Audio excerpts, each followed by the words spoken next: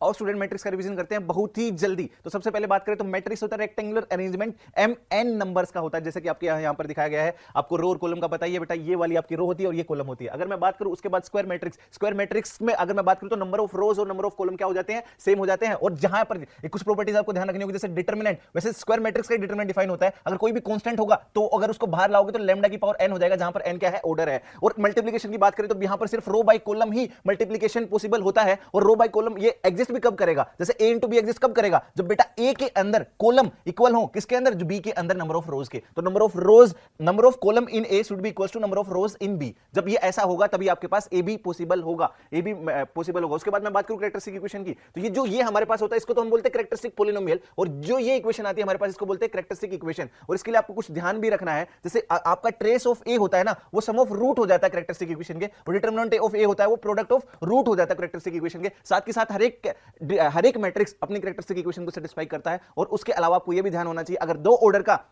आपका मैट्रिक्स है, square matrix है, तो आपकी जो कैरेक्टरिस्टिक इक्वेशन की डिग्री होगी वो भी 2 होगी, और 3 का है तो वो क्या होगी, क्यूबिक हो जाएगी। कौन, कैरेक्टरिस्टिक इक्वेशन। उसके बाद ये आपके कुछ इंपॉर्टेंट मैट्रिसेस यानी ध्यान होने चाहिए आपके पास। आइडेम्पोटेंट के लिए आप ये ध्यान रखो a square equals to a होता है, और ऐसे इनवॉल्यूटर के लिए क्या होता है, a square equals to i होता है। और पीरियोडिक के लिए a की power k+1 equals to a होना चाहिए, वहां पर k आपका पीरियड हो जाता है। और ऐसे ही नीलपोटेंट से आपको 0 को याद आती है, तो a पावर p अगर किसी के लिए 0 आ जाता है तो उसको हम क्या बोलते हैं, नीलपोटेंट। उसके बाद ट्रांसपोज ऑफ मैट्रिक्स की बात करें तो आपके पास ये क्या होता है बेटा, रोज को कॉलम में और कॉलम को रोज में बदल देते हो तो आपका ट्रांसपोज आ जाता है। ऑर्थोगोनल मैट्रिक्स के लिए आपको ध्यान रखना चाहिए a ट्रांसपोज की वैल्यू क्या होती है, i होती है। सिमेट्रिक मैट्रिक्स के लिए आपको ध्यान रखना चाहिए कि a equals to a transpose होता है, और स्क्विज मैट्रिक के लिए आपको ध्यान होना चाहिए a equals to minus a transpose होता है। और स्क्विज मैट्रिक में आप ये भी ध्यान रखते हो जब इसका ओड ऑर्डर होता है तो उसके डिटरमिनेंट की वैल्यू क्या होती है, 0 होती है। एडजॉइंट की बात करें बेटा तो एडजॉइंट में आपको ध्यान रहना चाहिए कि जो डिटरमिनेंट के कोफैक्टर से आप मैट्रिक्स बनाओगे उसका जो ट्रांसपोज ले लोगे वो आपका एडजॉइंट के इक्वल होता है। और इसमें मैं बात करूं तो ये एडजॉइंट की कुछ प्रॉपर्टीज हैं जिनको आप बहुत ही अच्छे से ध्यान रखना है, जिसमें से सबसे ज्यादा ये जो डिटरमिनेंट वाली प्रॉपर्टी, एक तो ये पहले वाली और एक सेकंड वाली, और जितनी भी डिटरमिनेंट वाली प्रॉपर्टी है ये सारी की सारी इंपॉर्टेंट है, जैसे कि ये वाली है, इन पर बार बार क्वेश्चन आता रहता है। ये सारी प्रॉपर्टी आपको ध्यान होनी चाहिए। और इसमें आप ध्यान ये रख सकते हो कि यहां पर n-1 का ज्यादा चक्कर है, यहां भी n-1 आया बेटा,